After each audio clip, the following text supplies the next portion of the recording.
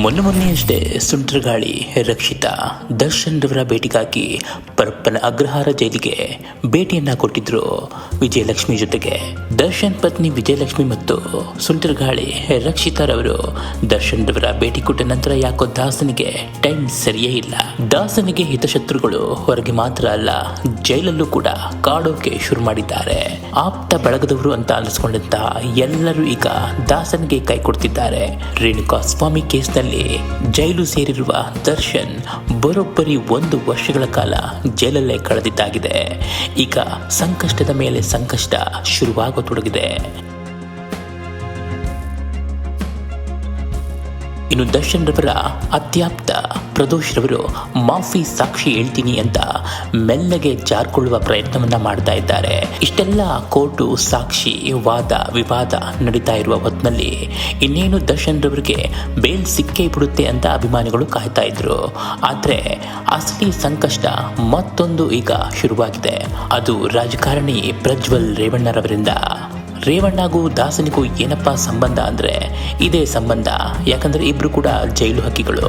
Prajwal ರೇವಣ್ಣರವರ ಬ್ಯಾರಕ್ನಲ್ಲಿ mobile ಸಿಕ್ಕಿರೋದೇ ಈಗ ದರ್ಶನ್ ಮತ್ತು ಪವಿತ್ರ ಗೌಡರಿಗೆ ಅಸಲಿ ಸಂಕಷ್ಟ ತಂದೊದಗಿದೆ.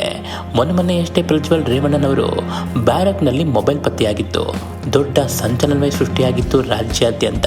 ಜೈಲಲ್ಲಿ ಇಷ್ಟು ಬಿಂದಾಸಾಗಿ ಮೊಬೈಲ್ ಇಟ್ಕೊಂಡು ಮಾತನಾಡೋದಕ್ಕೆ ಸಾಧ್ಯನಾ ಅಂತ ರಾಜ್ಯವೇ ನಿಬ್ಬೆರಗಾಗಿತ್ತು. ಸೆರೆಮನೆಯಲ್ಲೂ ಅರಮನೆಯಂತಹ ಟ್ರೀಟ್ಮೆಂಟ್ ಅಂತ ಎಲ್ಲರೂ ಬೆಚ್ಚಿ ಬಿದ್ದಿದ್ರು. ರೇವಣ್ಣ ಸೆಲ್ನಲ್ಲಿ ಮೊಬೈಲ್ ಪತ್ತೆ ಬೆನ್ನಲ್ಲೇ ಕಾರಾಗೃಹ ಇಲಾಖೆಯ ಡಿಜಿಪಿ ಅಲೋಕ್ ಕುಮಾರ್ ಅವರು ಸಖತ್ ಅಲರ್ಟ್ ಆಗಿದ್ದಾರೆ. ಜೈಲು ಭೇಟಿಯನ್ನ ಕೊಟ್ಟಿದ್ದಾರೆ. ಜೈಲಿಗೆ ಭೇಟಿ ಕೊಟ್ಟ ಬಳಿಕ ಮತ್ತಷ್ಟು ಬಿಗಿ ವ್ಯವಸ್ಥೆಯನ್ನ ಮಾಡಿದ್ದಾರೆ. ಪ್ರಜ್ವಲ್ ರೇವಣ್ಣನವರ ಮೊಬೈಲ್ ಬಳಕೆ ಬೆನ್ನಲ್ಲೇ ಅದೇ ಜೈಲಿನಲ್ಲಿರುವ ನಟ ದರ್ಶನ್ ಮತ್ತು ಪವಿತ್ರ ಗೌಡಗೂ ಕೂಡ ಇದರ ಬಿಸಿ ಚೆನ್ನಾಗಿ ತಟ್ಟಿದೆ. ಜೈಲಿನಲ್ಲಿ ಭದ್ರತಾ ಹಿತದೃಷ್ಟಿಯಿಂದ ಪವಿತ್ರ ಗೌಡರವರನ್ನ ಬ್ಯಾರಕ್ ಅನ್ನ ಬದಲಾಯಿಸಲಾಗಿದೆ. ಇಷ್ಟು ದಿನ ಕೇವಲ 2 ಕೈದಿಗಳಿದ್ದ ಬ್ಯಾರಕ್ನಲ್ಲಿದ್ದ ಪವಿತ್ರ ಗೌಡ ಅವರನ್ನ ಬೇರೆ ಕಡೆಗೆ ಸ್ಥಳಾಂತರಿಸಲಾಗಿದೆ. ಬರೋಬ್ಬರಿ 16 ಕೈದಿಗಳಿರುವ ಬ್ಯಾರಕ್ಗೆ ಶಿಫ್ಟ್ ಮಾಡಲಾಗಿದೆ ಪವಿತ್ರ ಗೌಡರವರನ್ನ. ರೇಣುಕಾ ಸ್ವಾಮಿ ಪ್ರಕರಣದಲ್ಲಿ ಆರೋಪಿಯಾಗಿರುವ ನಟ ದರ್ಶನ್ ಅವರ ಬ್ಯಾರಕ್ ಬಳಿ ಹೆಚ್ಚಿನ ಸಿಬ್ಬಂದಿಯನ್ನ ನಿಯೋಜನೆ ಮಾಡಲಾಗಿದೆ. ದರ್ಶನ್ ಅವರ ಪ್ರತಿಯೊಂದು ಚಟುವಟಿಕೆಯ ಮೇಲೆ ಕಣ್ಣಿಡಲು ಸಿಸಿಟಿವಿ ಕ್ಯಾಮೆರಾಗಳನ್ನು ಅಳವಡಿಸಲಾಗಿದೆ. ಸಿಸಿಟಿವಿ ಕಣ್ಗಾವಲಿನ ಮೂಲಕ ಅಧಿಕಾರಿಗಳು ನಿರಂತರವಾಗಿ ಜೈಲಿನ ಚಟುವಟಿಕೆಗಳ ಮೇಲೆ ಹಾಗೂ ದಾಸನ ಚಟುವಟಿಕೆಗಳ ಮೇಲೆ ಕಣ್ಣಿಟ್ಟಿದ್ದಾರಂತೆ. ಇಷ್ಟು ದಿನ ಜೈಲಿನಲ್ಲಿ ಕದ್ದು ಮುಚ್ಚಿ ಬ್ಯಾರಕ್ನಲ್ಲಿ ದರ್ಶನ್ ಮತ್ತು ಪವಿತ್ರ ಗೌಡರವರ ಕಣ್ಣ ಸಲುಗೆ ಮತ್ತು ಭೇಟಿ ನಡೀತಾ ಇತ್ತು. ಆದರೆ ಇನ್ಮುಂದೆ ಅದೆಲ್ಲ ನಡೆಯೋದಕ್ಕೆ ಸಾಧ್ಯನೇ ಇಲ್ಲ. ಕಾರಣ ಪ್ರಜ್ವಲ್ ರೇವಣ್ಣನವರ ಮೊಬೈಲ್ ಸಿಕ್ಕಿರುವ ಕೇಸ್.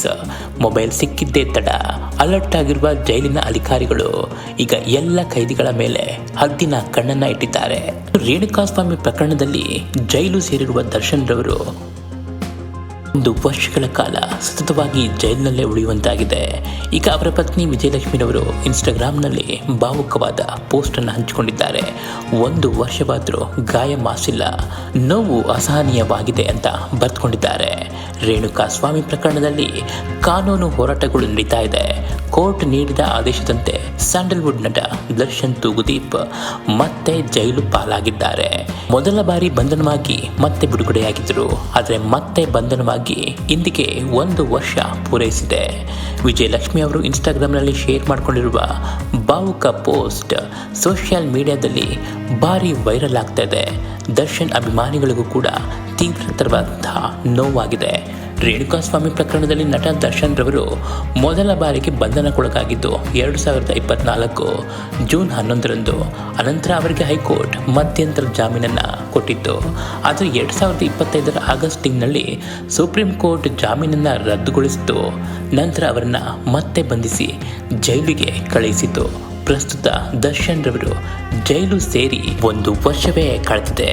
ದರ್ಶನ್ ಅಭಿಮಾನಿಗಳು ಈ ರೀತಿಯೆಲ್ಲ ಪೋಸ್ಟ್ ಮಾಡಿ ಭಾವುಕವಾಗಿ ಮಾತನಾಡೋದ್ರಿಂದ ಏನೂ ಪ್ರಯೋಜನ ಇಲ್ಲ. ಕಾನೂನು ಹೋರಾಟವನ್ನು ಇನ್ನಷ್ಟು ಬಿಗಿಗೊಳಿಸಿ ದಾಸನನ್ನು ಬಿಡುಗಡೆ ಮಾಡುವ ಪ್ರಯತ್ನವನ್ನು ಮಾಡಿ ಅಂತ ಅತ್ತಿಗೆಗೆ ದುಂಬಾಲು ಬಿದ್ದಿದ್ದಾರಂತೆ.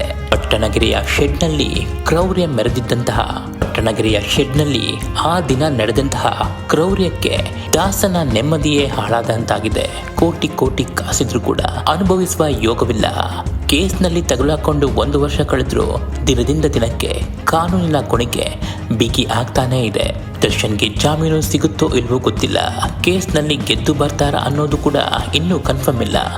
ಜೊತೆಗಿದ್ದವರೇ ಈಗ ದರ್ಶನ್ ಪಾಲಿಗೆ ದುಶ್ಮನ್ಗಳಾಗಿದ್ದಾರೆ.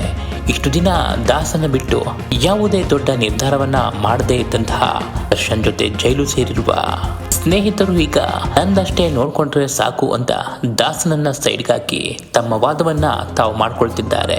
ರೇಣುಕಾಸ್ವಾಮಿ ಕೇಸ್ನಲ್ಲಿ ದರ್ಶನ್ ಪಾಲಿಗೆ ಅಕ್ಷರ ಸಹ ನರಕ ತೋರಿಸ್ತಿದೆ. ಕಾನೂನು ಹೋರಾಟದಲ್ಲಿ ಪದೇ ಪದೇ ಹಿನ್ನಡೆಯಾಗ್ತಿರೋದು ಈಗ ದರ್ಶನ್ಗೆ ಮತ್ತಷ್ಟು ಮಾನಸಿಕವಾಗಿ ಕಿರಿಕಿರಿ ಅನುಭವಿಸುವಂತಾಗಿದೆ. ದರ್ಶನ್ ಪಾಲಿಗೆ ಮಾತ್ರವಲ್ಲ, ಅವರ ಅಭಿಮಾನಿಗಳಲ್ಲೂ ಕೂಡ ದುಃಖ ಇನ್ನಷ್ಟು ಹೆಚ್ಚಾಗ್ತಾ ಇದೆ. ಪರಪ್ಪನ ಅಗ್ರಹಾರ ಜೈಲಿನಲ್ಲಿ ಹೇಗೋ ಒಂದಷ್ಟು ಅಧಿಕಾರಿಗಳನ್ನ ಮನವೊಲಿಸಿಕೊಂಡು ಒಂದಷ್ಟು ಸೌಲಭ್ಯಗಳನ್ನ ಪಡಿತಾ ಇದ್ದಂತಹ ದಾಸ ಮತ್ತು ಪವಿತ್ರ ಗೌಡರವರಿಗೆ ಅಸಲಿ ಕಂಟಕ ಶುರುವಾಗಿರೋದು ಈಗ ಪ್ರಜ್ವಲ್ ರೇವಣ್ಣನವರಿಂದ. ಪ್ರಜ್ವಲ್ ರೇವಣ್ಣನವರ ಮ್ಯಾಟರ್ ಆಚೆ ಬರ್ತಿದ್ದ ಹಾಗೆ ಜೈಲಿನ ಅಧಿಕಾರಿಗಳು ನೆಂದಿಗಿಂತಲೂ ಬಿಗಿ ಬಂದೋಬಸ್ತ್ ಮಾಡಿದ್ದಾರೆ. ಯಾಕೋ ಗೊತ್ತಿಲ್ಲ, ನಟ ದಾಸನಿಗೆ ಹಲವಾರು ತಿಂಗಳುಗಳಿಂದ ಕಂಟಕಗಳು ಒಂದರಿಂದೊಂದು ಅಪ್ಪಳಿಸ್ತಾ ಇದೆ. ಈ ಹಿಂದೆ ಕೇಸ್ನಲ್ಲಿ ನಿವೃತ್ತಿ ಬಯಸ್ತೀನಿ ಅಂತ ಮೊದಲು ವಾದ ಮಾಡ್ತಿದ್ದಂತಹ ಲಾಯರ್ ಅವರು ದರ್ಶನ್ ರವರ ಕೇಸ್ ವಾದದಿಂದ ಹಿಂದೆ ಸರಿದಿದ್ರು. ಅದಾದ ನಂತರ ಜೊತೆಗೆ ಇದ್ದಂತಹ ಸ್ನೇಹಿತ ಪ್ರದೋಷ್ ರವರು ನಾನು ಸಾಕ್ಷಿ ಮಾಫಿ ಹೇಳ್ತೀನಿ, ನನ್ನನ್ನು ಬಿಟ್ಬಿಡಿ ಅಂತ ಕೋರ್ಟ್ನಲ್ಲಿ ಅರ್ಜಿ ಹಾಕಿದ್ರು. ಈಗ ಪ್ರಜ್ವಲ್ ರೇವಣ್ಣನವರ ವಿಷಯದಿಂದಾಗಿ ಕೋರ್ಟ್ನ ಅಧಿಕಾರಿಗಳ ಕೆಂಗಣ್ಣಿಗೆ ಗುರಿಯಾಗಿದ್ದಾರೆ ದಾಸ ಅಂಡ್ ಗ್ಯಾಂಗ್. ಪ್ರದೋಷ್ ರವರ ಸಾಕ್ಷಿ ಮಾಫಿ ವಾದ ವಿವಾದ ದರ್ಶನ್ ರವರಿಗೆ ಮತ್ತಷ್ಟು ದೊಡ್ಡ ಸಂಕಷ್ಟ ತಂದೊದಗುವ ಎಲ್ಲ ಲಕ್ಷಣಗಳು ಕಾಣ್ತಾ ಇವೆ. ಯಾಕಂದ್ರೆ ಮಾಫಿ ಸಾಕ್ಷಿ ಅಂದ್ರೆ ಅಷ್ಟು ಸುಲಭದ ವಿಷಯವಲ್ಲ. ಪ್ರಕರಣದಲ್ಲಿ ತಮಗೆ ಪಶ್ಚಾತ್ತಾಪ ಉಂಟಾಗಿದೆ, ಸಂಪೂರ್ಣ ಸತ್ಯವನ್ನ ಬಹಿರಂಗಪಡಿಸ್ತೀನಿ ಅಂತ ಮಾಫಿ ಸಾಕ್ಷಿ ಆಗೋದಕ್ಕೆ ಹೊರಟಿರುವ ಪ್ರದೋಷ್ ರವರು ಕೋರ್ಟ್ಗೆ ಅರ್ಜಿ ಹಾಕಿದ್ದಾರೆ. ವಾದ ವಿವಾದ ನಡೀತಾ ಇದೆ. 11 ಪುಟಗಳ ಸುದೀರ್ಘ ಅರ್ಜಿಯನ್ನ ರೆಡಿ ಮಾಡಿಕೊಂಡು ಕೋರ್ಟ್ಗೆ ಕೊಟ್ಟಿದ್ದಾರೆ. ಘಟನೆ ನಡೆದ ದಿನದ ಪಿನ್ ಟು ಪಿನ್ ವಿವರಣೆ ಕೊಟ್ಟಿರುವ ಪ್ರದೋಷ್ ರವರು ಕೃತ್ಯದ ಪ್ರತಿಯೊಂದು ಘಟನೆಯನ್ನ ಕೋರ್ಟ್ಗೆ ವಿವರಣೆ ಕೊಟ್ಟಿದ್ದಾರೆ. ಘಟನೆಯಿಂದ ನನಗೆ ತುಂಬಾ ಮನಸ್ಸಿನಲ್ಲಿ ತೀವ್ರ ಪಶ್ಚಾತ್ತಾಪ ಆಗಿದೆ.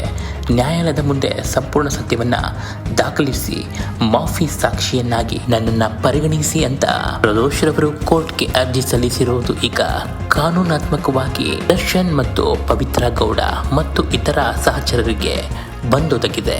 ದಾಸನ ಅಭಿಮಾನಿಗಳು ನಮ್ ದಾಸ ಈಗ ಬರ್ತಾನೆ ನಾಳೆ ಬರ್ತಾನೆ ಅಂತ ಕಾದು ಕೂತಿದ್ದೇ ಆಯ್ತು. ದಿನಕ್ಕೊಂದು ಹೊಸ ಕಂಟಕ ಶುರುವಾಗ್ತಿರೋದು ದಾಸನ ಅಭಿಮಾನಿಗಳಲ್ಲಿ ಆತಂಕ ಉಂಟು ಮಾಡಿದೆ.